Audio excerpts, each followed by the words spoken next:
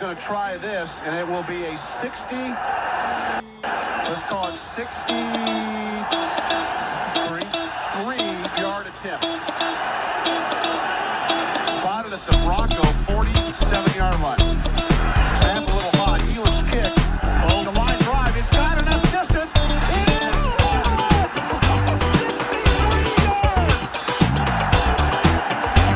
Let's kick it, y'all. It's the Long Distance Kicks podcast with your favorite long distance brothers, Rhett and Ian Johnson. Ian, how are you doing today?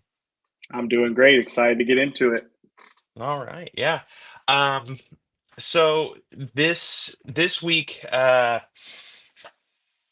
Denver Broncos. I heard a stat this week. Is this the fourth quarter stat? Yeah.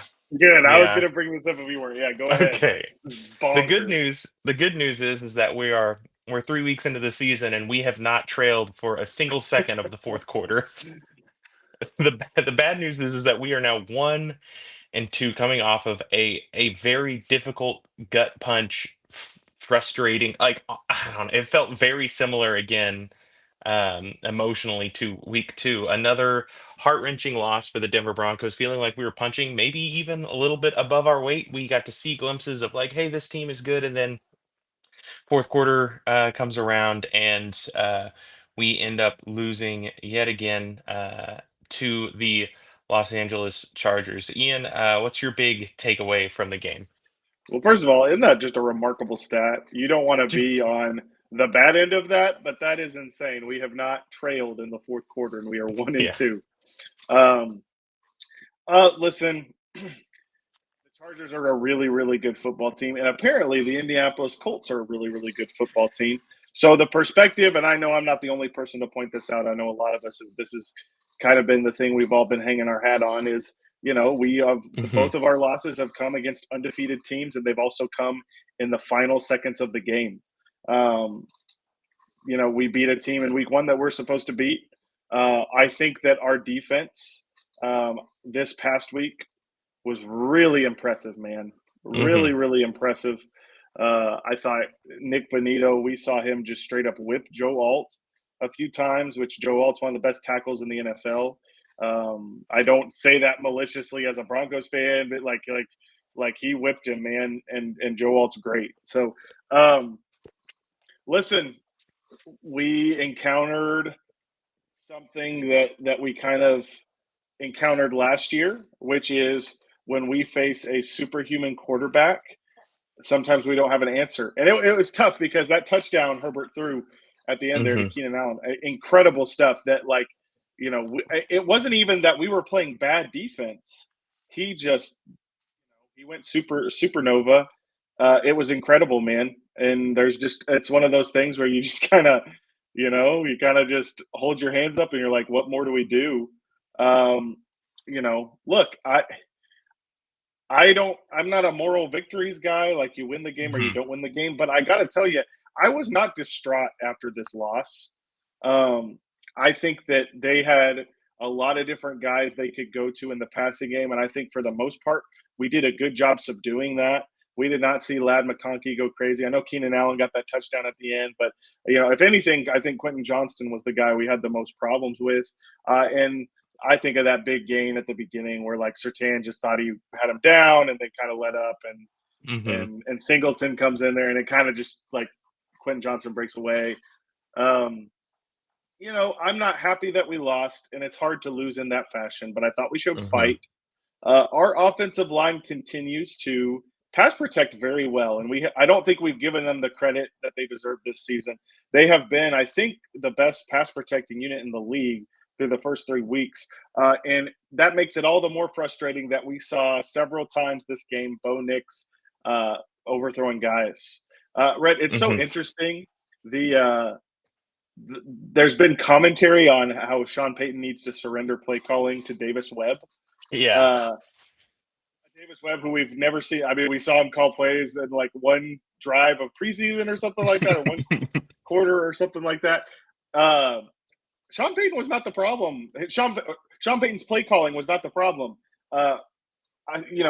that one where he had Mims. I think it was the first Mims overthrow, uh, where I don't know what he was doing in the pocket, man. Like he just came like we've talked about him needing to set his feet, and he did like the opposite of that, and he overthrows Marvin. But then also Troy Franklin was also wide open. I think both of those guys, if Bo had hit either one of them in stride, either one of them would have scored. Uh, Hmm. that wasn't the first time that he overthrew Mims. That wasn't the only time he overthrew Mims in the game, and so that's disappointing. Now, I'm still not panicked on Bo. I mean, he's aware of this issue. Um, he's it's he's still, what is this, the 18th game of his career? I don't 19th. Hmm. It's more than that. I'm just not doing math well right now. I'm not panicked on him, but like that was definitely an issue. That was a big part of why we lost the game, was just not being able to get on the same page in the passing game. I certainly had enough time.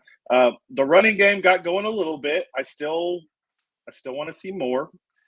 I still want to see more of a balance. I want Harvey more involved than he is. And I think, it's hard when, you get Cortland Sutton, I believe, had 6 catches for, I think, 118 yards and a Hmm. score. And I think, I don't even know who the next lead, maybe J.K. Dobbins was probably the next receiver. I'm not even sure. I'm not glancing at the box score. But yeah, I I mean, think I think it was technically Troy, but he had like, well, I guess it was Troy probably, had two catches for 8 yards, which yeah, again, it not was, totally his fault. There were a couple times he got open, you know. yeah. Uh, but yeah, so all in all, I'm not disheartened. This is a really I think it's taking a long time for all of us to understand how good of a team the Chargers are Hmm. because of the concept of charging. We've played a couple of really good teams hard and we've come up short, but I like what I see in a lot of ways, and hopefully we can put it together down the stretch. I don't know, Rhett. What are your thoughts? Well, really quick before you transition to me, if you were going to put your personal feelings and emotions right now into a panic meter on a scale of 1 to 10, one, being obviously not panicked, 10 being the most panicked, where would you feel like you are right now with the Broncos season at 1 and 2? The team as a whole. Hmm. So one being low, 10 being Being we're high. freaking out. Yeah, I would say maybe like a 4. I don't know. I'm Okay. not really panicked, and maybe some of that is because I know, like, and we'll get into this at the end of the pod, but we have a game Hmm. coming up that we should, for all intents and purposes, we should win this game. Um, I like the way our defense has fought. I think more than anything, my concern isn't that it's going to be a terrible season and we're going to have a bad record. I think I'm more concerned about, are we just the same team we were last year, where Mm, we have a great defense and an offense that can't really get us past the first round of the playoffs. That's more of my concern. But I'm not panicked. I still think this team has some good football. I think we forget that we have some reinforcements that will be coming in the form of Dre Greenlaw, in the form of, well, I think we got Evan Ingram back this week. hmm. I might be not thinking of somebody right now. But Malcolm Roach. That's who I was thinking of. Yeah, Malcolm Roach, who's a very important rotational piece on our line, big for the which run game. which has not been the problem. Yeah. Our front has not been the problem. But it's still going to be great to get him back. And so, like, all those things considered, like, I'm optimistic. Bo is somebody that I feel like as the season goes on, he's going to settle in more. Now, do I want that to be the case every season where it's like, yeah, Bo, he's like 5 years in the league, oh, well, the first few weeks, no, obviously you've got to grow. But it's still early in his career. So um, I'm not panicked, man. I'd say probably 4 at most. So, yeah. Yeah. Okay. I'm in a similar spot.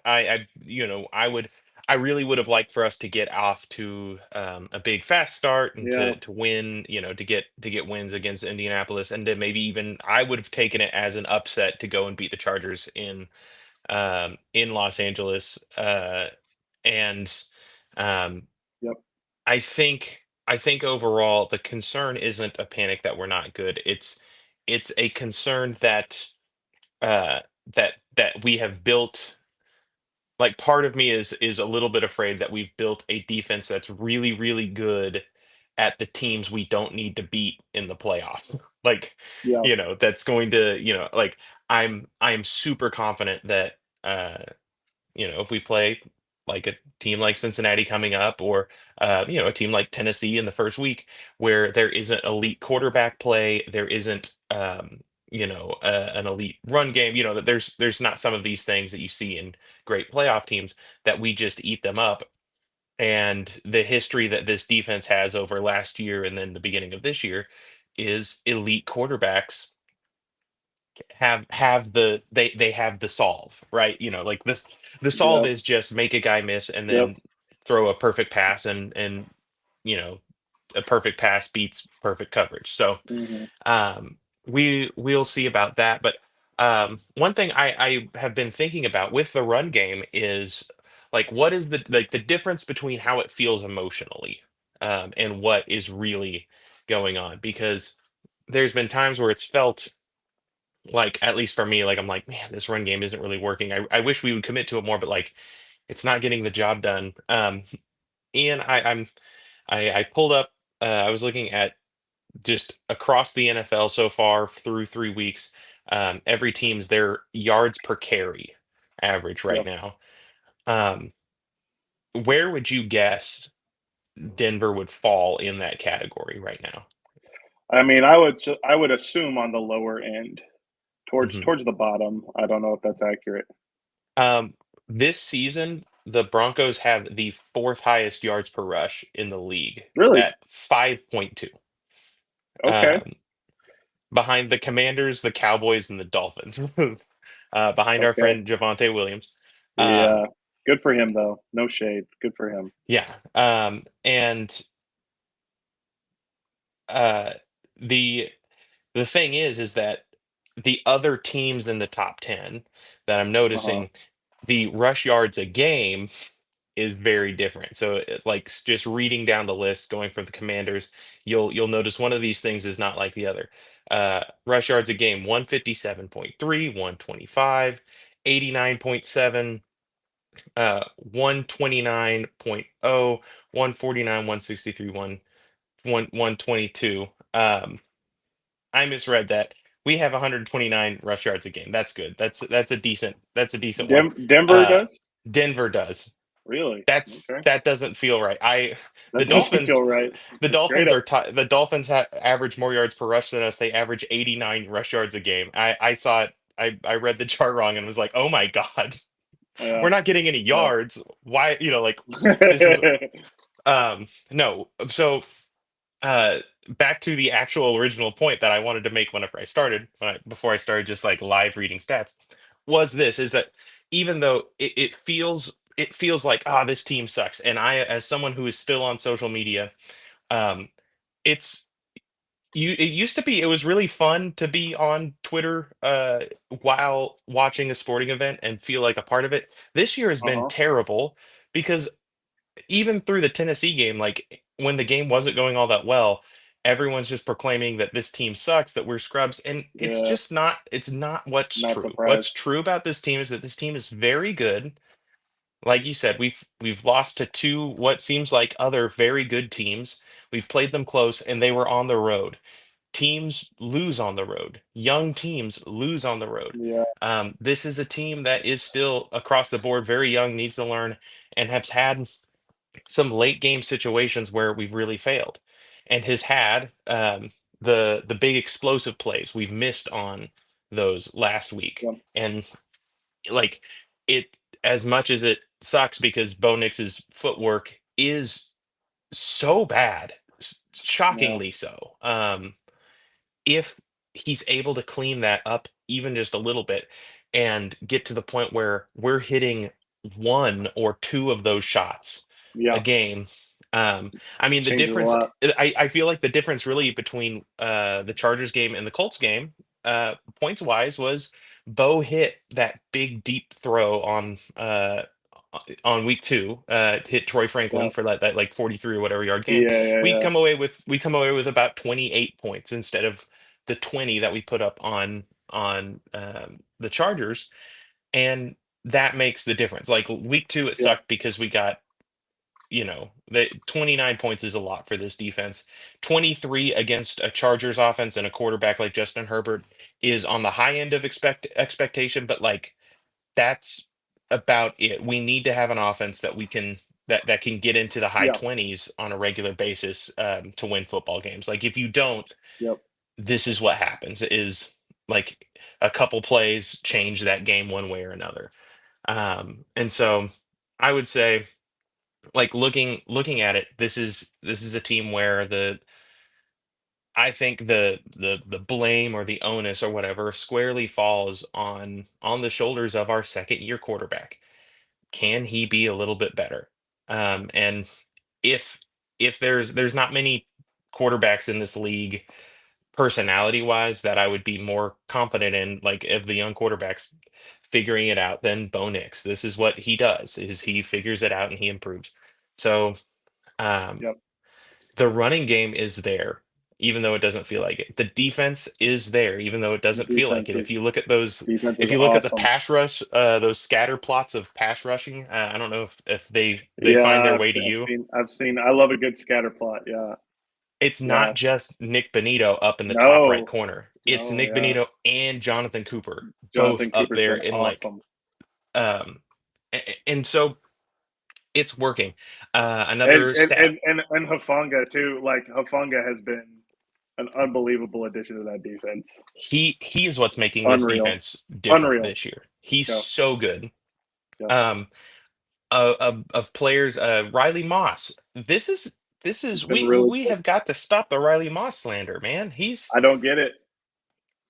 again, he's facing some of the most targets in the whole league, and amongst players that have faced more than 20 targets, he's allowed the least number of receptions. So like There's no one I would rather have a great game this Monday night against the Bengals than Riley Moss. I want Riley Moss After, to shove T. Higgins into a locker. I guess I Just want Bo Nix to have the best game, but outside of him, no, I would.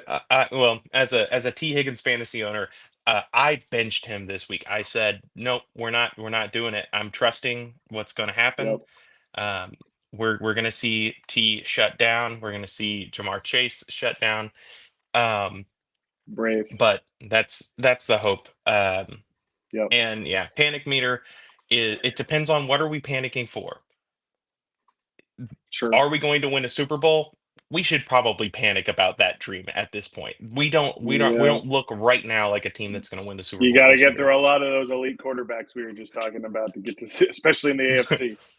So But is this a team that could still contend for, possibly win the AFC West and maybe even win a playoff game this year? Very yeah, much so. yeah. Yeah.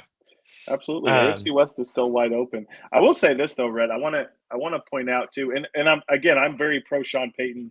I think having someone else call plays, I think that's an insane thing to suggest at this point. But I will call out Sean Payton for this. If you recall, when his first season, his first off season in Denver, he mhm. had some quotes about the Jets, and he talked about how they were kind of the off season champs, and you see it every year with these teams who come out and they make a bunch of noise in the off season and then they fall flat. I want to just point out to Sean Payton that this off season he has said things about how we're going to be a problem. He has said Mhm. things about how Bo Nix is going to be a top 4 or 5 quarterback. Okay, he has said things about how I've had this many teams as a head coach who I thought could win a Super Bowl. This is one of those teams. I just want to point out to Sean, you are kind of doing this thing that you criticized the Jets for a couple years ago. And I know, like, I don't think his play calling is an issue or anything like that. I think that he can be um, faulty in terms of situational football. I think he deserves some criticism in moments like that. I don't even know what I'm calling him out on per se, but just want to point out to him, like, hey, man, like, you got to get these guys going because you did. I mean, you are the one who talked a big game this offseason. So it's time for some results. I don't know. We'll see. Sean Payton doesn't talk to the media. How do I say this in a way? Sean Payton is like trying to do two things when he's talking to the media. He wants to entertain Yep. and sound smart and sound Yep. correct. Like I like Sean Payton. I feel like is think he really enjoys deciding what he's going to say to the media. And I don't think he thinks about like what he said before. I think that he shows up, he has a take, he gets it like he treats it like he's on Fox, like he's you know. I think that reporters, I think the right reporters can charm him into saying stupid stuff. I'll put it that way. I don't think he is stupid. I think he's Yeah. very smart. But I do. I mean, you're right. He has kind of a flair for the dramatic in moments, and you're right. He Hmm. likes to entertain, and I think in those right settings, when you get like the Kay Adams, or a couple years ago, you get Jarrett Bell, his old friend, who gets him to Hmm. talk about, he's willing to say some of these dramatic things, and so it's interesting. I'm reading Rhett that book by Seth Wickersham, American Kings, a biography Hmm. of the quarterback, and I haven't gotten to it yet, but I know towards the end there's stuff where Wickersham gets to talk to Sean Payton, and it's like the process of evaluating Bo Nix and everything. And I'm excited to kind of see like, well, what did Wickersham get out of Payton too? Like, did he get any good stuff? Yeah, So we'll he find out. Shout Sean out Seth Payton. Wickersham. It's real quick. It's a phenomenal book. I'm about Mhm. 200 pages in. I'm absolutely loving it. If you're a fan of football, especially the history of the game, no brainer to read this. So, anyways, what were you Mhm. gonna say? Oh yeah, Sean Payton, he's like he reminds me some people, I think I'm one of these people, so I think it's a an issue that I have, but like you ask him a question and I think he's just in the moment romanticizing it as he goes. Like, Yep, for sure. he's trying to say it in a dramatic way. He wants to say it in a way that gets flair. Yep, And God bless him for it because it makes good headlines. it's But fun. It's funny. It's entertaining. No doubt about it. yeah, he does have to figure out the month of September though. He's pretty He awful in does. September. He So does. And just to clarify, like to anyone who is listening, like mhm, we are fans of Sean Payton. But we also believe that it's fair that he's open to critique as well. mhm. So yeah. And Anyways, yeah, and we'll learn. Well, we'll see who this team yeah, is. We're gonna play the Eagles. We're gonna play the Chiefs in the upcoming weeks. Like we'll find out who we'll we are. learn a lot about this team. No doubt about it. Hmm. Yeah. Ian, let's transition to segment two here on the Mm, Long Distance Kicks podcast. A segment that we love to call Big Boy Pants, where throughout the season we want to recognize young men who have earned our attention, who have you know they've had our curiosity, but now they've piqued our attention or whatever the weird Leonardo DiCaprio quote is from Django Unchained. Um, Ian, who do you want to give out your set of big boy pants to this week? Well, first, I want to give an honorable mention only Ooh. because he's already been talked about a lot. I've just seen on like ESPN, other people talk Hmm. about him a lot. But Mason Graham, um, defensive tackle for the Browns, I had to do a double take about them beating the Packers. Hmm. And I went and looked at it, and I found out Mason Graham was a big part of why that happened. He was disrupting the pocket all day long. So shout out to him. But the guy that I want to give my big boy pants to is a guy that I think we were all really intrigued with coming out of the draft, especially when we found where he landed, and that's Luther Burden, wide receiver from Mizzou. Listen, Burden is a guy that there are some obvious things. His athleticism and his explosion cannot be questioned. You wondered and worried a lot about where is he going to get drafted because he was a guy that you watch him at Mizzou and he does a lot of real fun, exciting things, and you can get real creative with him. But you don't necessarily see him as a fully polished, pure receiver in terms of running the full route tree and all those things. He's prone to mental mistakes. What I love about him going to Ben Johnson is that is a place that already there are already a lot of high volume players in that. I mean, you've got DJ Moore and Rome Dunze already. We haven't Hmm. not even mentioning Cole Komet and Colston Loveland at tight end. Uh, so Ben Johnson just gets to move Luther Burden around and just kind of be selective about when he wants to unleash this kid's talent. And you saw he had the Randy Moss esque stat line. I think he had caught all three of his targets for like 101 yards and a touchdown. Yeah. Of course, you probably saw the awesome play off of the flea flicker where Caleb sent it deep to him and he made the explosive play. It's fun watching him start to carve out a role in this offense. I think that we are just seeing the beginning of that. And I think that the Bears might have quite an impressive offense on their hands. I think Burden is going to be a part of that going forward. So yeah, Luther Burden, you put on your big boy pants today, man. We're proud of you. Well done, sir. We want to see more. Yeah, I'm excited for Luther Burden. I enjoyed him in the draft process, and seeing him, his tape is just fun. It was just electric at Mizzou. Yeah. Um, and I'd like to say that it's really nice to know and to see that we have Luther Burden at home, and it's Marvin Mims. that we that we- uh no, but yeah, exciting to see him. And yeah, his the usage and the way, very very similar to how Sean Payton gets to use Marvin Mims in this offense. And as Broncos fans, we know that he doesn't have to you don't have to get to a high number of targets or routes run or whatever Yeah. for him to be a very effective player. That's super exciting. And what's nice about him is I believe he does have potential to be a high volume player down the road, but he just doesn't have to be Mhm. because there's so many guys in this offense, which is how Ben Johnson prefers it, right? Like he likes a lot of weapons first quarterback going back to Detroit. Yeah, it's just going to be fun to see this player blossom over the Yeah, next several I weeks. believe his physical profile, he's a little bit bigger than Marvin Mims. Like Very, very much so. Yeah, yeah, he's he's bigger. stockier. He's able to he'll be able to, hopefully, like, you may see him evolve into like the Pokemon levels, get to Debo Samuel, or whatever. you know. Yep. But yeah, shout out Luther Burden. Shout What you out got, Rhett? Mizzou. I also have a wide receiver this week. Uh, a receiver that played his college ball not more than about uh, like an hour and a half from Denver, depending on traffic, up in Fort Collins. Torrey Horton, man, Mm. he was just really really good in college, and suffered an injury in his draft process, really got messed up. And I feel like he ended up running the 40, but ran it a little bit slow. But like, man, his tape, you could just see.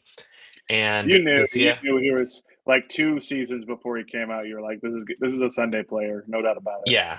I mean, he made Colorado State's offense viable for a couple years, which is wild. And the Seahawks end up with him, and he hasn't really made the the impact yet, the leap yet into Seattle's offense. But technically he's already played week 4, but in week 3 against the Saints, he got his hands on the ball, and he took a punt back for a touchdown, and showed all of the athleticism, all of the skill, all the athletic freakishness nature that we saw in college. And that was just really good to see him kind of prove post injury two things. Like, number one, I bounced back from this injury. I'm good. And then number two, this translates. My athleticism, what you saw in college, it wasn't just Mountain West fast. I'm I'm NFL fast. I'm NFL athletic, and Yep. I'm excited for him. I hope he gets a chance to develop more into that offense. But I was a huge uh, Torrey Horton fan when he was coming out of college. I'm very sad that Denver didn't pick him, especially since he's like kind of a local kid. Like, it just was like, Yeah. did you not see him? Like, you guys, did you? Yeah. How many of you got, like? Did you watch him in person play They were football? Like, over they were over in Champaign, Illinois watching Pat Bryant, they were right? watching Pat Bryant. So The hopefully, next Michael yeah, Thomas. yeah. So that's the thing. It's it's fine because we have good receivers, but I'm sad. And Torrey Horton, he earned those big boy pants, making impact where he can. So Awesome. Good I segment. love that. Good seg. Hey, I think we hit our straight on that segment, but it's only halftime, and so we gotta come out with that same fire for the second half of this podcast. All right.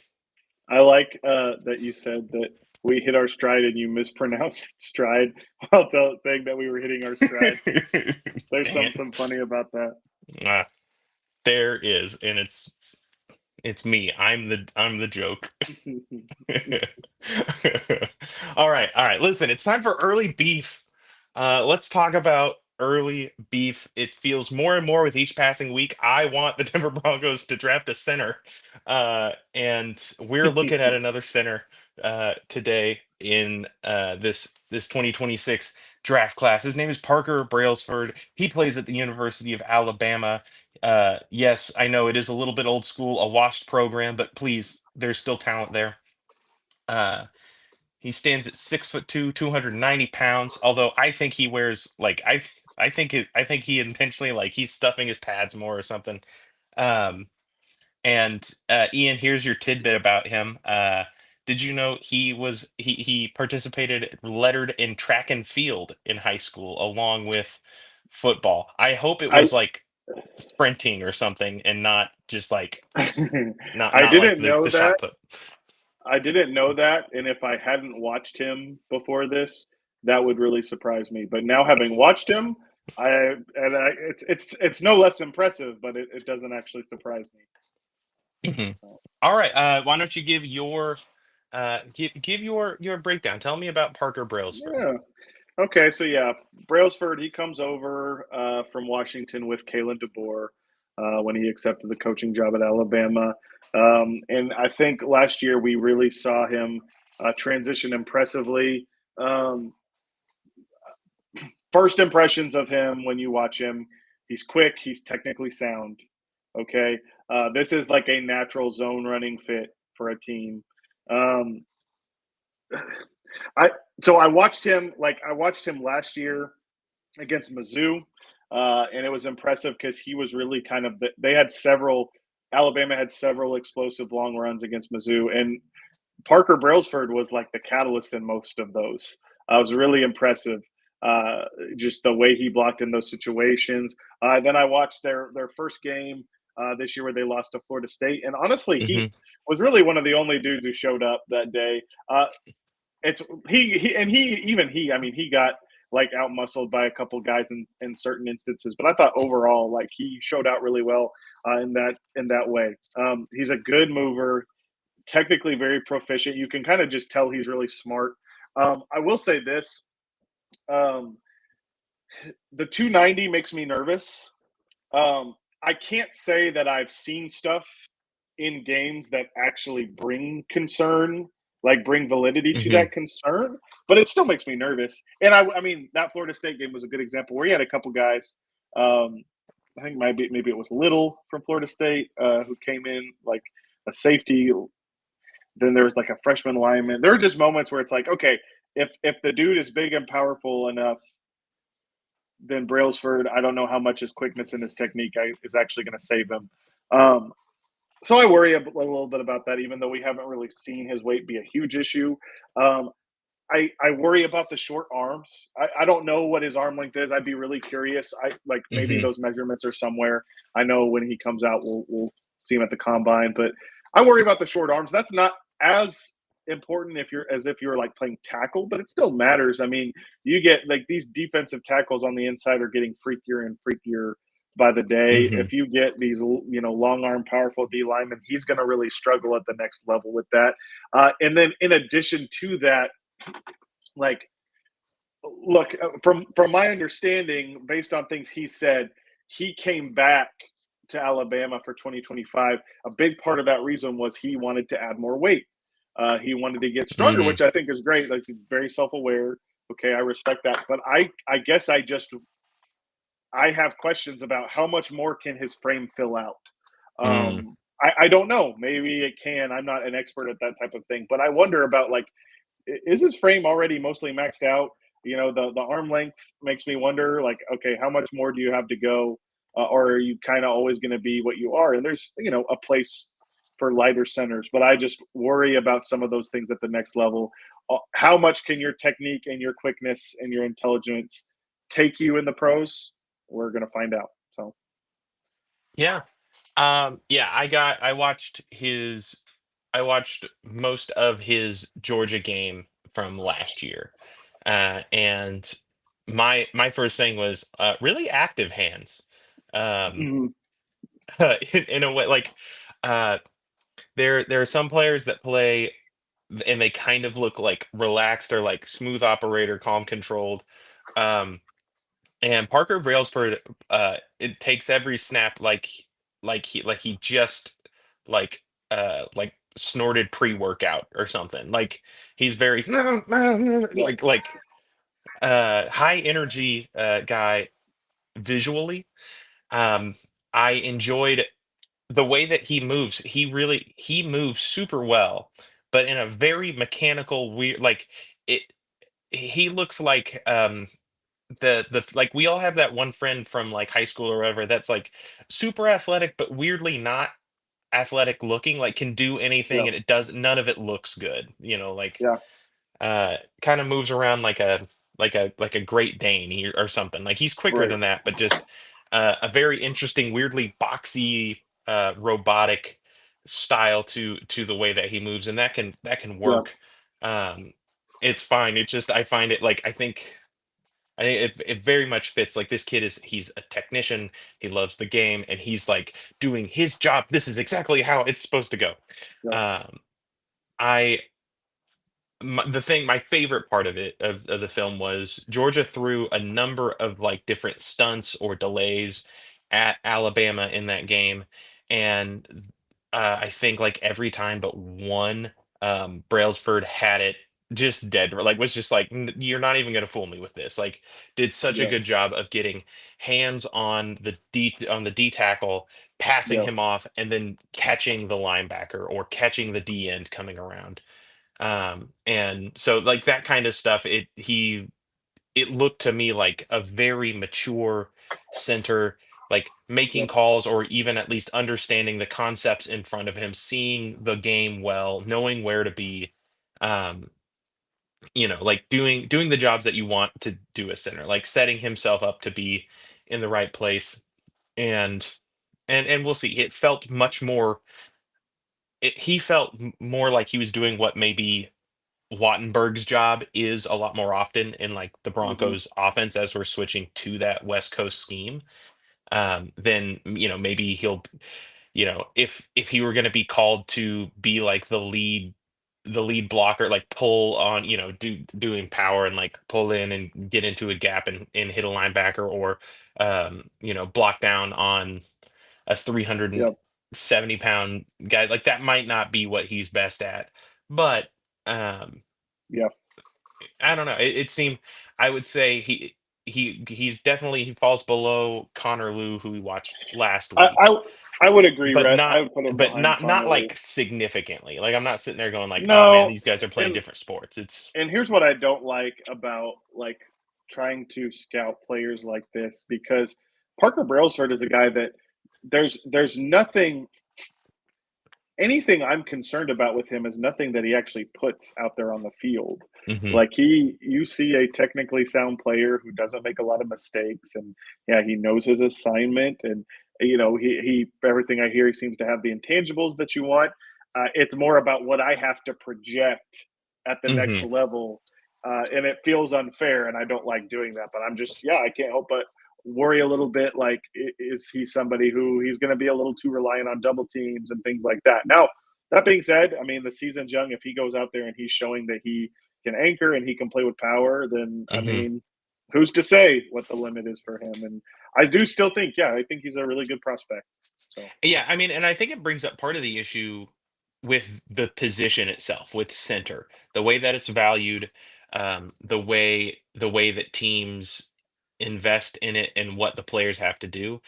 If Parker Brailsford, um, you know, pans out at like the 50th percentile of like his outcomes, right? Or like yeah, in the average range of his outcomes, it's i- because that jump to the NFL, it means that he's probably a guy who could start for you if you need, but like is maybe a fringe starter in the league and is a little small, needs to have some double team help, isn't going to be able to stand up on his own or play power, and might be overwhelmed sometimes in the pass rush or might not get enough push in the run, but he's going to know his job and he's going to do his job and he's going to be there and he's going to be doing okay. And that's Luke Wattenberg. That's what we yeah, have at center.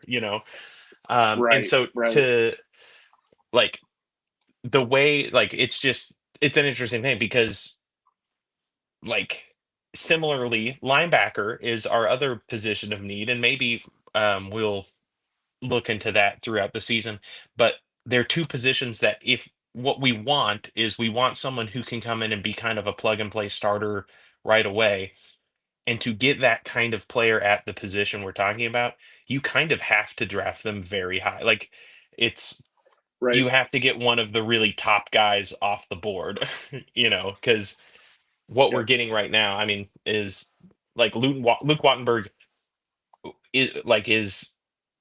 is not a terrible center. He's not a disaster. It's just it's just yeah, It, you're just like small. It's the it can physical it can limitations. it can be upgraded, obviously. Yeah. Hmm.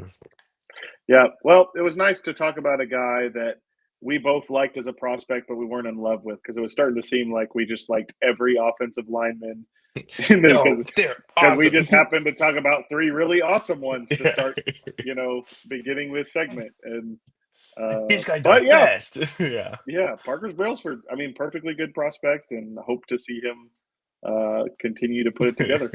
So Yeah, would love to see. I hope he has an incredible, like, all the center prospects in particular.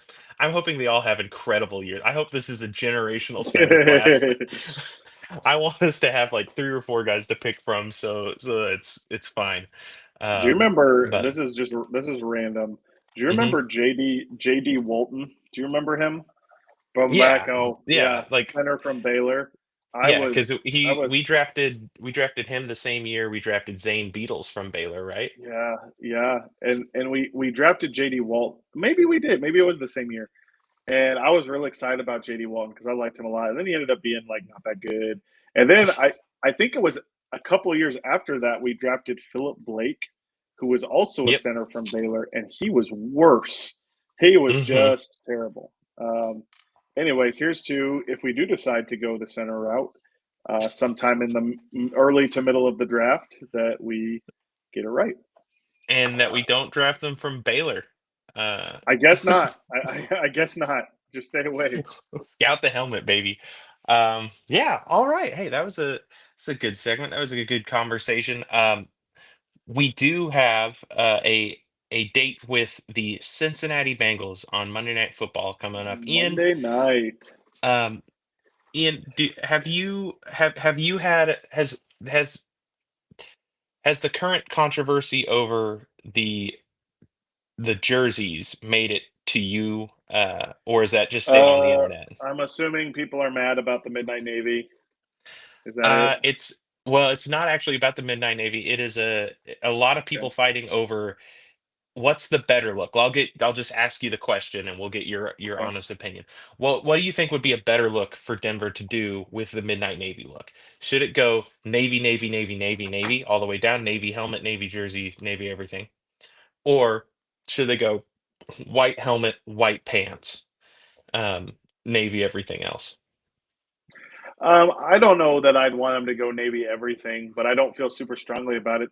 I think the best look, in my personal opinion, was what we saw them do against the Cleveland Browns last year with the Hmm. Navy, except for then they had the white helmets. I loved that. I know a lot of people are really weird about, like, if the jersey and the pants and the socks and everything are all Hmm. the same and it looks like a onesie. And I'm like, I disagree. I think it's obviously still a football jersey. Um, I that's probably my favorite look. I probably like it fine with the white pants too. Um, yeah, I don't know. I Hmm. don't feel super strongly, and who knows? Maybe. Sorry, I just got the shivers. Maybe we go out there and do all navy, and I'll love it. But I really like the way that white helmet popped with the midnight Hmm. navies against Cleveland. So I agree, and you can't you I don't think you can go white helmet with orange jersey ever. So if we're gonna do yeah, this, yeah, if yeah, we're gonna do the white helmet look, we should probably do it just it's about got to any be time. it's got to be the midnight navy. Yeah. Anytime we do the Can, midnight navy can bit. I ask this, right? Can Yeah. I ask this? Mhm. Is Mace the one spearheading this whole argument? Uh, I, he's been involved. Mace believes Okay. strongly Yeah, he has that the white ridiculously. it needs to be the white helmet and then the white pants with the navy. and he thinks that it's just He's got Mace really strong opinions about Mace this man. believes he is objectively correct about things, and that's fine. I don't really I think either one will actually look pretty good. Like I think going all navy and kind of doing night mode, especially if the Bengals like wear white, right? Like You the know, dark and the I light, like think that'll be cool. I think what would make the uniform look better either way is if we maintain a lead in the fourth quarter and get a win. I think Yeah. I think that's what'll make the uniforms look the best. Okay. Yeah, I don't. I will just say this about the uniforms. My only real take, because there's some of the combinations I really like, some of the combinations I really don't like.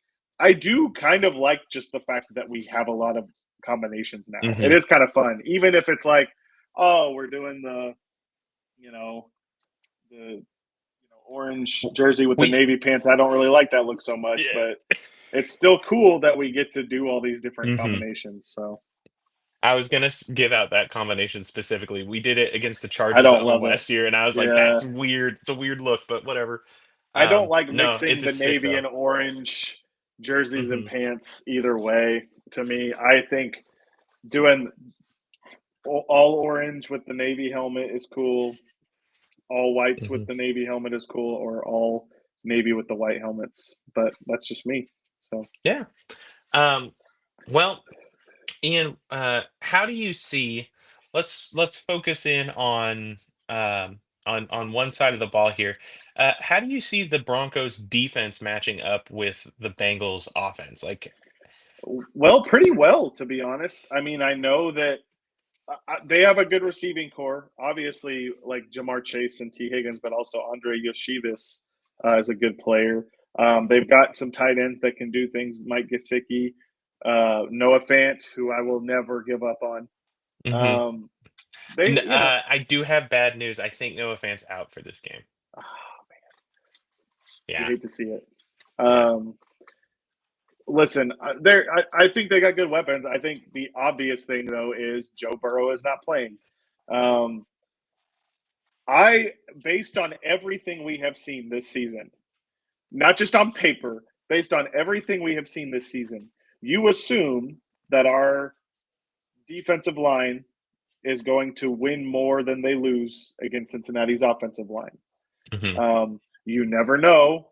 That could end up not being the case, but based on everything I have seen, I would be really surprised if our defensive front doesn't have a really good day. Um, I think that it could go either way when you talk about like Jamar and T and all those against our secondary. But I think an advantage we have is that they aren't. Joe Burrow is not throwing to them. No disrespect to Jake Browning, who's hung around the Hmm. league and he has made a career for himself, and I respect him for it. But like, I am not worried about Jake Browning in the way that I am Joe Burrow, who's one of the elite quarterbacks in the league. So I expect our defense to have another good day. I do. Um, I that doesn't mean they don't give up some points. I mean that doesn't mean they don't have a mental error here or there. But I think uh, if you can have a good day against Justin Herbert and his offense this year, then I feel pretty good against going against this group. So yeah. Yeah, I think there's going to be 20 to 30 snaps in this football game where the only thing standing between Zach Allen and uh, and Jake Browning is our old friend Dalton Reisner. And Yeah, I just feel good about I that forgot. matchup. Not even to like, I I really like forgot Dalton that he's Reisner. signed. Great dude. But like, he's, since he left Denver, has bounced around the league and is, And everyone still thinks he's really great. Every time that people are always just like, "Why is Dalton Reisner still floating around in the no, oh my market?" God, he's Like, available? Oh it's my because God. he's really not that good. I mean, I guess he's fine. Dude, yeah. Yeah, but Yeah, Bengals Twitter was really excited when they signed him, and I was like, he's okay. He's yeah, I mean, it's whatever. Like, what's happening to him is I'm justice. Is like, I more want to know like who was your incumbent guard that is mhm, so terrible that you're excited about this signing. That's what I want to yeah, know. yeah. So So I do know that, and the one place where I think they might see success is I am a little bit concerned about Chase Brown Uh-huh. and his ability out of the backfield. I keep wanting to call him Chris Brown, but that's the violent R&B artist. There was a running back named Chris Brown back in the mid Yeah, 2000s. Played for the yes, Titans. there was indeed. But yeah, Chase Brown, that's going to be a really tough matchup for our linebackers, and we'll see that. But I do think that like the I don't think the Bengals are going to be able to consistently sustain drives against our defense Yeah. this week. Like I wouldn't be surprised if there's maybe a couple explosives because again, like, if Browning gets the ball out and if it's a well thrown ball, like the weapons in this Cincinnati offense are really, really good still. Jamar Chase, Yep. T. Higgins, great 1-2 punch at wide receiver. The best, maybe the best receiver in the NFL, and maybe the best number two receiver in the NFL. Pat Surtain is not, I don't think, listed as injured, but like he hasn't been moving 100% the same since the Indianapolis ankle incident.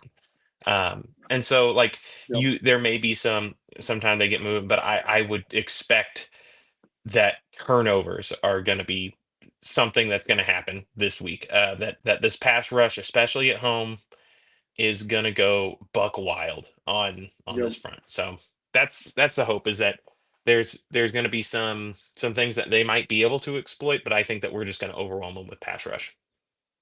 Yep. That's the hope. Okay, Ian, flip it over. When the Denver Broncos are on offense, what are you looking for? What are you expecting to see?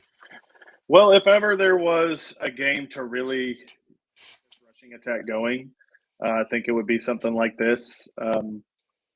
I know, like Trey Mason, gosh, Jordan Mason, Trey Mason, Hmm. wrong running back. Don't even think he's in the league still. Jordan Mason had a really good day on the ground. I know he got a couple of touchdowns, got over 100 yards rushing. Um, so the Vikings put up 48 points on these guys with Carson Wentz at the helm.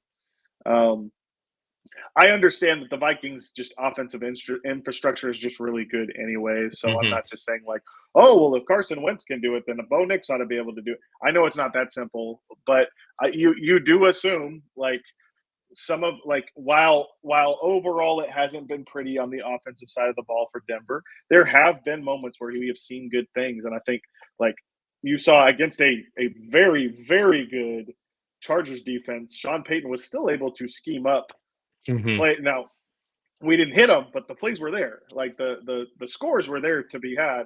We just couldn't capitalize on them. Couldn't quite get them there. A couple inches off. So I expect this to be a game where we can probably be pretty balanced uh, in our attack. Now, if there's something on the Bengals defense that scares you, it's the pass rush duo of Trey Hendrickson and Shamar Stewart.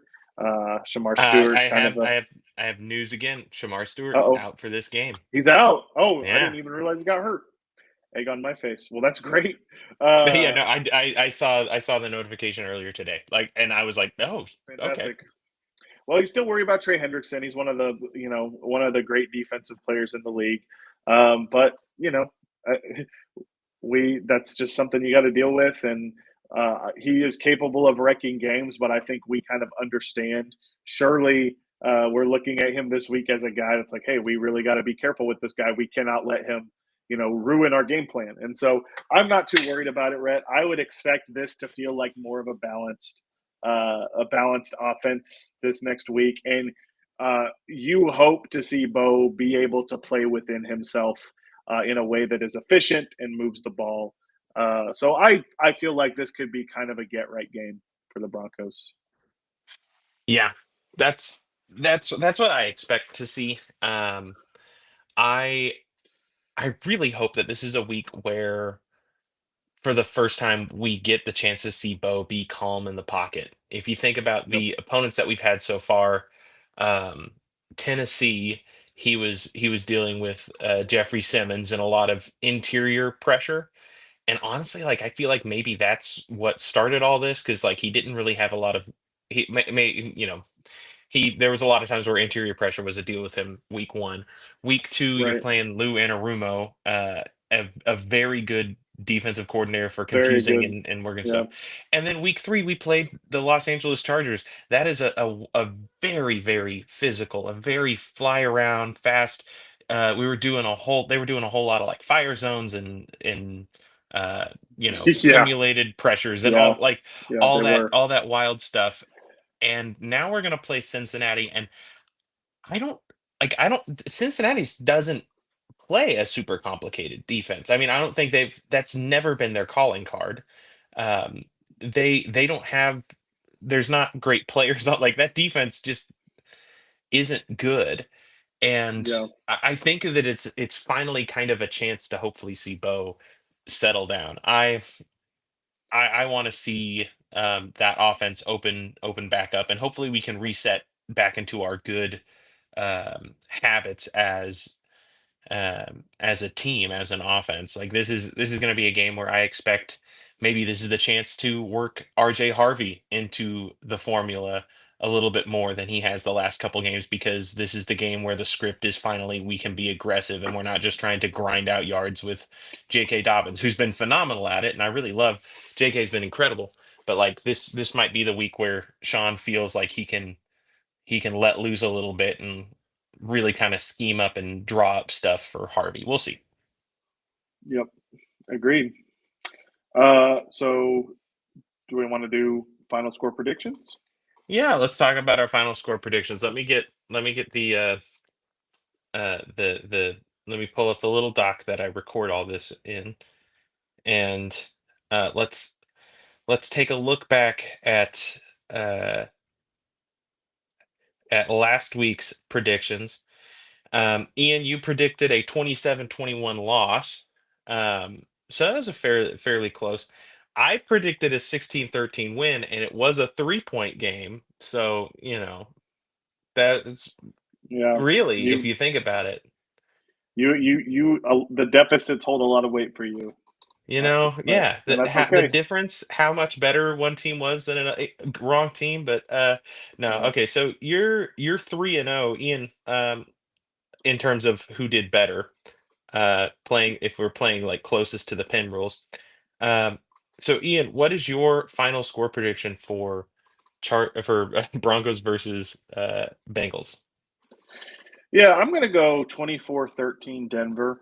And I would even go as far to say that, like, some of those points from Cincinnati come at the very end. So it's like Okay. actually going to be more of a significant margin of victory than what shows up in the final score. I think that Denver will, especially considering the fact that they're at home, they will control this game for 4 quarters. I think emphasis this week, hopefully, is limiting mental mistakes. I think if they come into this game with the mindset of, look, we can beat this team, let's not beat ourselves in the process, then yeah, I think they'll comfortably win. And we'll be celebrating Tuesday morning. All right. I think it's a primetime matchup. Sean Payton is terminally online, is too aware of what people are saying. Um, I think he wants to make a statement. I think this is going to be a team where he's going to be able to make that statement. I predict a very high scoring game from the Broncos offense. I think Okay. that we are also going to give the Bengals some point. I think we're going to have at least one dumb turnover and give the Bengals a little bit more. Like, I'm predicting a 38-20 victory. Okay. I th- Wow. I think I think that we're That'd be gonna. great. I think it's gonna be a real feel good. I'm hoping. I'm being positive. Um, I think that Sean Payton wants to. Uh, wants to show. And I think he's going to drop a couple more of those big plays. And I think this week, because Bo Nix is not facing an elite pass rush or an elite defensive coordinator, and he's going to be able to trust himself in the pocket. Bo Nix is going to hit those. We're going to be getting explosive plays. It's going to be fun. We're going to be running the ball. It's going to be nuts. And uh, we're going to mostly stop them on defense. We're going to give them the ball in plus territory once or twice. Like it's going to be. I think it's going to be a fun game because Sean Payton seems to be on a mission this year. He is pushing the pedal to the floor on this stuff. He's being really aggressive when he thinks he can. Like how aggressive he was in week 1, I think we're going to see that again, where he's Yeah. like, no, we're going to be awesome.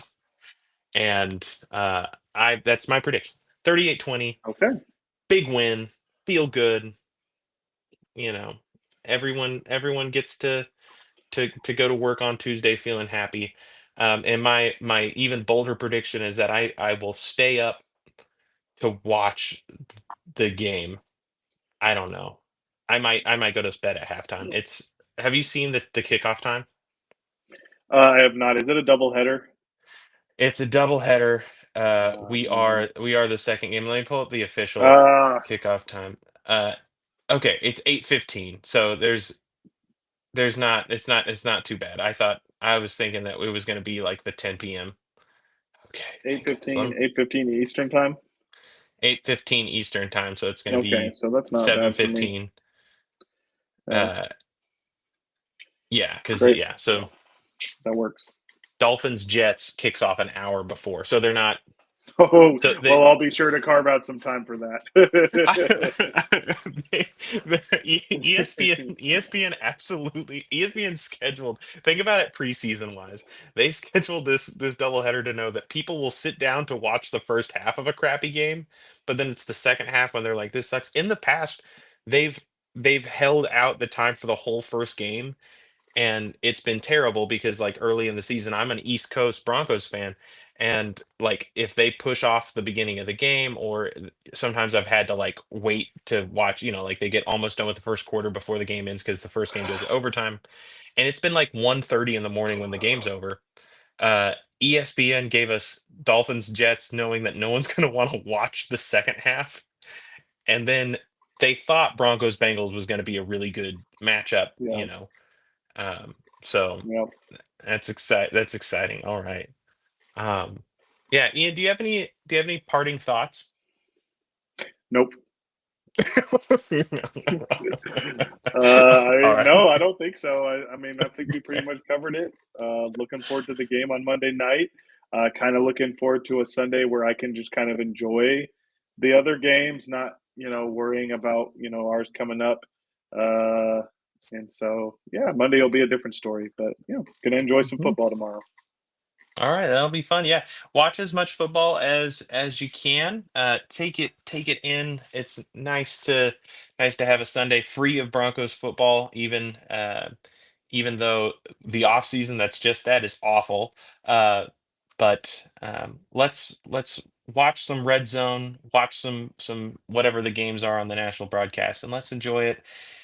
And hopefully, let's take in a victory this week. Mm, Everybody, if you're out there, be good to one another.